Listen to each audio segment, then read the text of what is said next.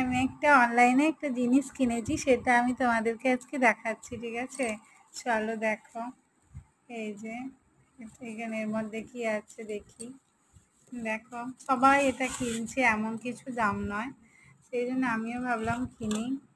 এটা কর্পূরদানি একটা, ঠিক আছে? এই যে এটা হচ্ছে লাইটে ওখানে সুইচ দিয়ে দিলেই জ্বলবে, আর ওপরে কর্পূরগুলো দিয়ে দিয়ে দিলে একটা দারুণ গন্ধ আসবে। কর্পূর দিলে এমনি বাড়িতে পজিটিভ এনার্জি আসে। এই যে সবাই কিনতে পারো, বেশি দাম নয়। কি সুন্দর, আমার এটাই ভালো লাগলো, ওই জন্য এটাই কিনেছি।